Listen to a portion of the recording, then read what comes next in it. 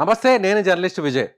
So కూటమి ప్రభుత్వంలో అరమెరికలు వచ్చేసాయి, చీలికలు వచ్చేస్తున్నాయి. పవన్ కళ్యాణ్ గారు హోంమంత్రి విషయంలో చేసినటువంటి వ్యాఖ్యల తర్వాత ఆయన కూటమి నుంచి బయటికి వెళ్ళిపోతున్నారంటూ రకరకాల కలలు కొన్నారు ప్రత్యర్థి పార్టీల నాయకులు, ఆ పార్టీలకు సంబంధించినటువంటి అధినేతలు, కొంతమంది వారికి అనుకూలంగా ఉన్నటువంటి కొన్ని సోషల్ మీడియా ప్రముఖులు.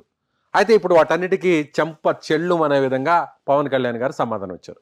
నిన్న అసెంబ్లీలో పవన్ కళ్యాణ్ గారు మాట్లాడుతూ ఆయన ఏమన్నారంటే, వచ్చే 5 ఏళ్లే కాదు 10 ఏళ్ళు కూడా ముఖ్యమంత్రిగా చంద్రబాబు నాయుడు గారే ఉండాలి.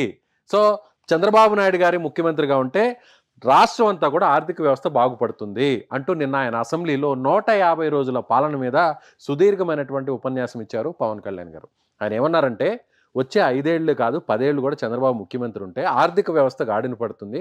ముఖ్యంగా మహారాష్ట్ర ఎన్నికల సమయంలో అక్కడ $1 ట్రిలియన్ డాలర్లకు సంబంధించినటువంటి ఆర్థిక వ్యవస్థగా మహారాష్ట్ర మారబోతుంది అనేటువంటి అంశాన్ని, దానికి మీరు సపోర్ట్ చేయాలంటే ఎన్డీఏ గవర్నమెంట్ని అధికారంలో తీసుకురండి అని చెప్తున్నప్పుడు నాకు ఇక్కడ ఏపీ ఆర్థిక వ్యవస్థ గురించి బాధ వేసేది. కానీ చంద్రబాబు లాంటి ముఖ్యమంత్రి ఉన్నప్పుడు ఆయన తీసుకున్నటువంటి తీసుకుంటున్న నిర్ణయాలు కూడా సో ఖచ్చితంగా ఏపీని కూడా రాబోయేటువంటి కాలంలో కొన్ని సంవత్సరాల్లోనే $1 ట్రిలియన్ ఆర్థిక వ్యవస్థగా మారబోతుంది. 84 లక్షల కోట్ల ఆర్థిక వ్యవస్థగా ఏపీ ఉండబోతుంది అనేటువంటి ఆయన విషయాన్ని చెప్పారు. అదేవిధంగా చంద్రబాబు గారు ఓవైపు అభివృద్ధి, మరొక వైపు సంక్షేమం రెండింటినీ కూడా సమాంతరంగా ముందుకు తీసుకెళ్తున్నారు.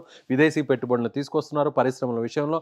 అదేవిధంగా అమరావతి విషయంలో, ముఖ్యంగా పోలవరం విషయంలో కూడా ఆయన పరుగులు పెట్టించే విధంగా ఆయన నిర్ణయాలు ఉంటున్నాయి. కాబట్టి ఖచ్చితంగా ఒక మంత్రిగా, ఒక పార్టీ అధినేతగా ఆయనకి మేము సపోర్ట్ చేస్తున్నామంటూ కూడా పవన్ కళ్యాణ్ గారు చెప్పారు. సో మీరేమంటారు పవన్ కళ్యాణ్ గారి స్టేట్మెంట్ మీద? అదేవిధంగా కూటమిలో చీలిక వస్తుందనేటువంటి కలలు కంటున్న వారిపై మీరు మీ అభిప్రాయాన్ని ఏ విధంగా చెప్తారు? కింద ఉన్నటువంటి కామెంట్ బాక్స్లో తెలియజేయండి.